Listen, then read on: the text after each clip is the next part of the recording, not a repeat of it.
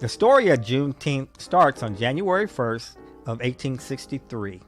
On that day, President Abraham Lincoln's Emancipation Proclamation went into effect. At that time, America was in the midst of the Civil War, which started in 1861.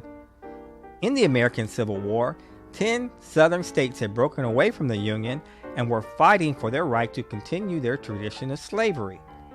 President Lincoln's Emancipation Proclamation declared forever free all persons held as slaves in the 10 states that were at war with the United States. When the Emancipation Proclamation was issued, the southern states were not happy with it and continued their fight with renewed vigor. In order for the Emancipation Proclamation to take effect, the Union Army would have to defeat the Southern Confederate Army to enforce it.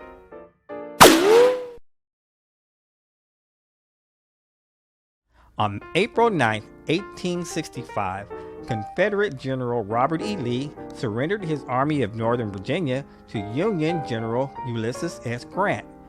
However, a large number of other Confederate forces still remained active. From that point, other Confederate generals surrendered their troops as well. As these Confederate generals surrendered, the Emancipation Proclamation provided freedom to the slaves within these protected areas. This process didn't make its way to Texas until the month of June of 1865.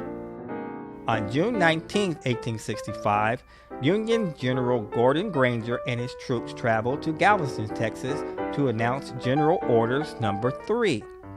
General Orders No. 3 stated, quote, "The people of Texas are informed that, in accordance with the proclamation from the Executive of the United States, all slaves are free.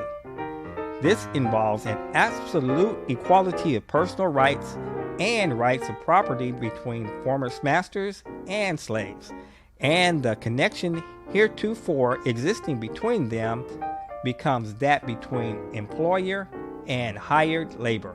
End quote. Part of General Order No. 3 encouraged newly freed slaves to remain with their past owners.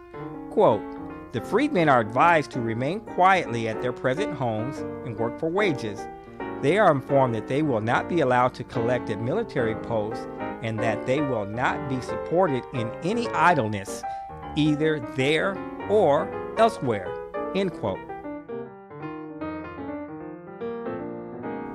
Undeterred by the recommendation to remain in place, many former slaves left the area shortly after the original reading. In the following weeks, formerly enslaved people left Texas in great numbers to find family members and make their way in the post-slavery United States.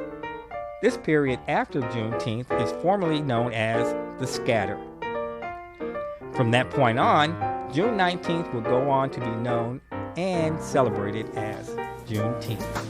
But first, I gotta...